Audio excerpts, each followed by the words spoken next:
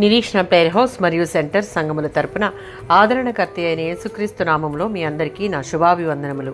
ఈ దినపు దేవుని మాట సామెతల గ్రంథం 29వ అధ్యాయం 25వ వచనం. యెహోవా యందు నమ్మిక ఉంచువాడు సురక్షితముగా ఉండును.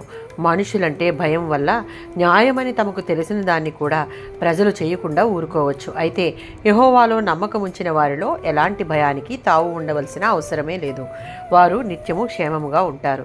27వ సంకీర్తనం 1వ చరణం. వెలుగు రక్షణకు సాదృశ్యం. ఈ సందర్భంలో అపాయం నుండి రక్షణ పొందడాన్ని సూచిస్తుంది.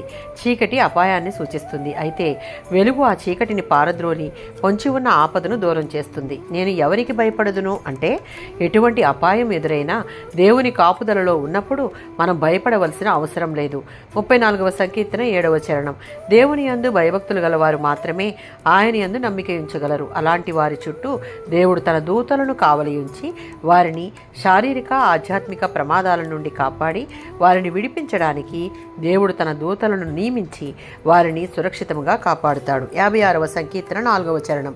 మన కష్ట సమయాలలో భయం కలిగించే పరిస్థితులలో దేవుని నీతిమంతమైన ఆజ్ఞలు వాగ్దానాలు చేతపట్టుకుని దేవుని యందు ఆయన వాక్యమునందు నమ్మకాన్ని నిలిపినప్పుడు దేవుడే మన సహాయకుడు విమోచకుడు అవుతాడు. 118వ సంకీర్తన 8, 9 చరణాలలో మనుషులు మనల్ని మోసగించవచ్చు, మన ఆశలను భంగపరచవచ్చు. దేవుడెన్నటికి అలా చేయడు. వారెంత మంచివారైనా అధికారం పలుకుబడి ఉన్నా వారిని నమ్ముకోవడం కంటే సర్వశక్తిమంతుడైన దేవుని నమ్ముకోవడం మనకి మేలు. దేవుడు మనకి భద్రతనిచ్చి ఆయన రెక్కల నీడలో మనలను సురక్షితంగా ఉంచుతాడు. ఆమేన్.